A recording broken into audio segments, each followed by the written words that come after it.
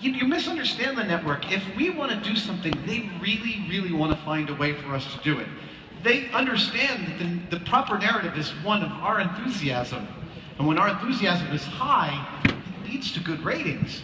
That being said, there have been a couple of instances where we have filmed stuff that has subsequently not made it to air. Only two. The first one was we were investigating a common household material that has a reputation for being quite explosive. That is as close as I'm going to get to the truth, because what we found was the reputation was so well-deserved, it scared the living bejesus out of the bomb techs and was literally so powerful that we destroyed the footage and agreed never to tell anyone what we discovered. Swear. And yeah, it was serious. It was literally a freaky and disturbing thing that we uncovered. The second one was, if you ever, you were a kid, you're at the grocery store and you're like, I want to buy the sugary cereal, and your mom says, no way, the box is more nutritious for you than the cereal inside. So we thought we should test that. So we got 3 cages of mice. One cage was eating mouse food, the second cage was eating Fruit Loops, and the third cage was eating these cardboard turds that were shaped like mouse food, with a little artificial sweetener that Jamie worked up, and we were weighing them every single day. Cage 1 with the regular mouse food, they were, weighing them by the gram, and nobody was gaining weight or losing weight. Everyone was doing pretty okay for a few days. The Fruit Loops mouse were happy, very, very happy. And the cardboard mice, they were a little jumpy, but their weight wasn't going down. There was no clear trend from Monday through Friday. Friday rolls around, and since Jamie used to own a pet store, swear, he's the one checking in on me. Okay, everyone's doing great. And he shuts them down and turns out the lights, and we go away for the weekend. Come back in on Monday, and there's no longer 3 mice in that cage. There's 1 very fat mouse and 2 former mice. Like Bugs Bunny former mice, like head, rib cage, tail. Like he'd eaten them like corn on the cob. And so gruesome. So we nicknamed him Killer, held him up to the camera and said, this is what happens when mice attack. And then we fed him to Jamie's snake. Figured it's a circle of life. And the network was like, that can never air. So I'm only allowed to talk about it. Yes, ma'am. What's my zombie apocalypse plan? Well, my plan is to lock my door because y'all are coming to my house, I'm quite sure. Right? Yes, girl, yes. What is the hardest myth we've ever busted? Oh my gosh, that's really difficult to say. I'm glad we have the stool here so I can walk around it. Some of the hardest ones, there's ones that are physically hard, but that's not real hard. There's ones that kick our butt intellectually. We did one called swimming in syrup. That was funky. So the myth is that swimming in syrup is just as fast as swimming in water, because even though the material is thicker, the decrease in your forward momentum is offset by the increase in push you get off the thicker material. Sounds kind of reasonable. But when you want to start to fill a swimmable trough up with syrup of some kind, it gets very expensive very quickly. And you can't just choose, and so, we started researching, and I started looking into the science of viscosity, because there are different syrups. Your engine oil has different weights to it, and those equate to different viscosities. Water is thinner than oil, thinner than honey, thinner than molasses, etc. So I looked into the field of viscosity, which is a material science called tribology, and it turns out there's an international association of tribologists, so I called up their president. And I asked him how we could show viscosity on camera, and he started sort of berating me for being an idiot. This is a frequent occurrence when I'm calling experts. And he explained something that was really, really cool, which is we like to think that viscosity, like honey, it moves a certain speed through something and you could just calculate that in relation to water.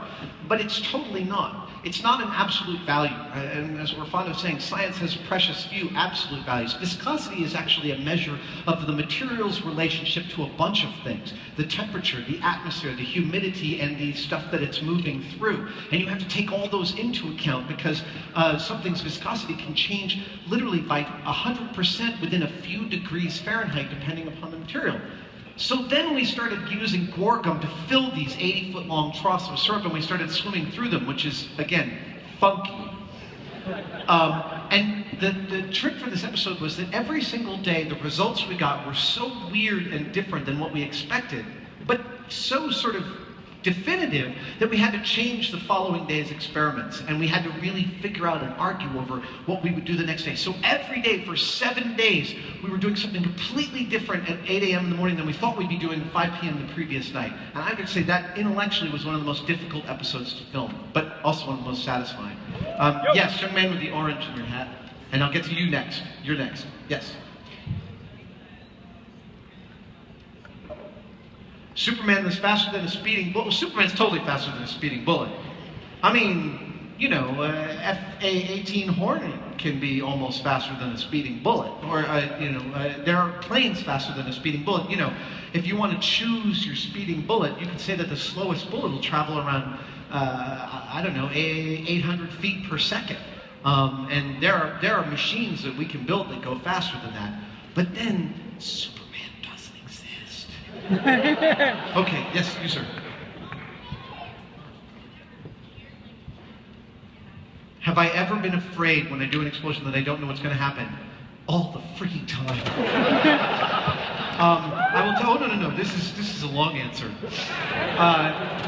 Way back in the early days, season 1, we did an episode called Tree Cannon about this tribe that made a cannon out of a tree and shot at their neighbors. And Jamie built this beautiful cannonball. We fired it out of a log. It went great. And then we had to do the completion of the myth, which was that the cannon blew up. This is 2003. We'd never blown up anything before. So we looked around. Well, what do we have? We have a pyrotechnician, and he's got a license to handle black powder.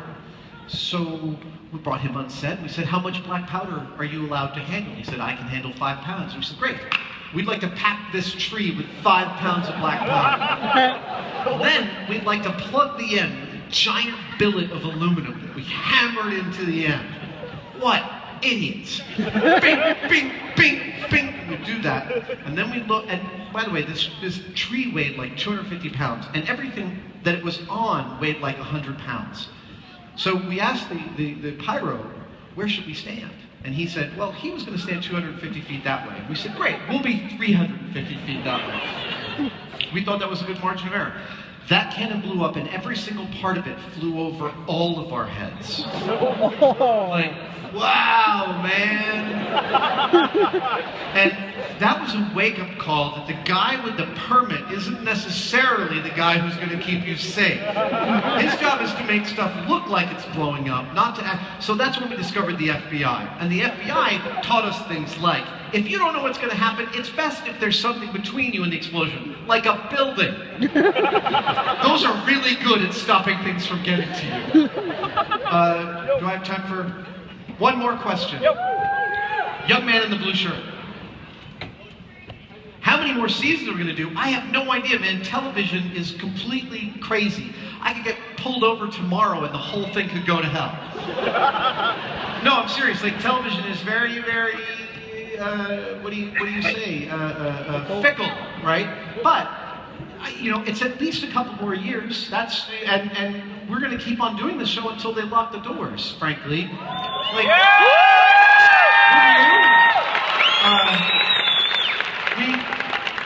Jamie and I both came from the other side of the camera. We came from backstage, and that gave us a really, that plus the fact that we were pretty fully formed adults when Mythbusters came around. We've taken it really in stride, and it's been weird becoming famous. It's really peculiar, but it's awesome. People keep wanting to stop you on the street and tell you they love what you do, and then you get PhD grads telling you that they got interested in their field because of the farting around you've been doing on television. And we take that really seriously. And, you know, we realize that we want to communicate something really special about this making of things that has given us so much in our lives. And when other people share the stuff that they do, when they show us the hot rods and the tables and the drums and the jewelry that they make, it's thrilling to us. So to me, you know, I'm always going to be a Mythbuster whether the show's on the air or not. Let's just put it that way. Thank you very much.